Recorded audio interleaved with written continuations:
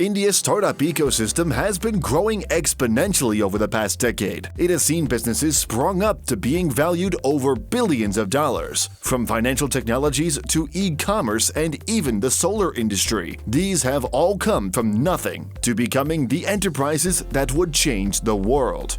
But these all wouldn't have gotten to where they are if it wasn't for substantial funding, whether it was from the government, local firms, or even international firms. But amongst all these investors, one country, or even one corporation, stands out. It is called Softbank, and it is one of Japan's largest ever corporations. The investment management group has been responsible for placing bets on some of the most remarkable businesses over the years: China's Alibaba, South Korea's Coupang, and even one that became a famous downfall story called WeWork. Amongst its impressive investing portfolio, one country that it had invested billions upon billions is in India and its startups. Softbank has backed some of the biggest startups in the country, including Paytm, Delivery, FirstCry, Grofers, Oyo, Flipkart, Ola, are only a few among many more. Softbank alone has invested over $14 billion in the past years, and in 2021 alone, it gave out a sum of $3 billion. According to Masayoshi-san, the CEO of Softbank, they are the biggest foreign investor in India. The Japanese conglomerate even stated that they are even planning to up these investments of theirs even after becoming a huge investor already. In 2022 alone, they are looking to invest as much as $10 billion. The opportunity for the Indian startup system is strong. It is one of the fastest emerging startups around the world.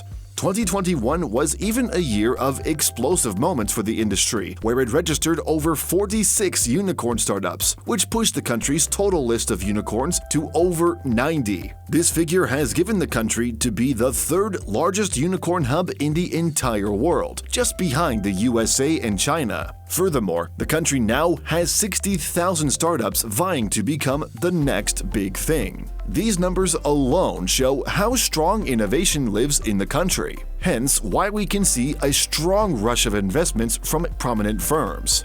These businesses have all in one way or another helped change the country. Even the government of Japan understands how important it is to invest and even change their manufacturing hub. The government has been promoting their own firms to shift their investments and manufacturing from China and head all the way to India. While Softbank is the leading active investor from Japan in the country, they are not the only ones creating a change. There are several more out there pouring hundreds of millions of dollars, and in combined worth billions. Softbank and its investment peers have greatly profited from the rise of Indian startups. Being early on investments, especially in a very fast-growing market, has given Softbank a whopping $7 billion profit from the public listing of Paytm, PB Fintech, Oyo Rooms, and Delivery. The profit from these companies will only go up further as the company's share price in the stock market surge. And while profit may be one thing, we believe that the push for foreign investments rather than staying inside Japan is crucially beneficial to the country. First of all, the country of Japan is a stagnating economy. It is a country that hasn't seen any growth during the past 30 years. These types of investments are Japan's and its company's way of reinventing its economy by driving profit elsewhere and not just in the country. Furthermore, these types of investments also give Indian companies both capital and knowledge. The Japanese themselves even requested and invited several Indian startups to do an initial public offering in the Tokyo Stock Exchange, which should bolster its company valuation and give it a bigger opportunity in the future. This actually also shows that they are trying to see how much of an impact foreign startups would do on the country's economy. What's also important to note is the presence of Japanese investors themselves sitting on the board of directors in Indian companies. It is widely known that the Japanese themselves have proven to be one of the most innovative people around the world. Having them on an executive seat of one's company will inevitably help push these innovative ideas further.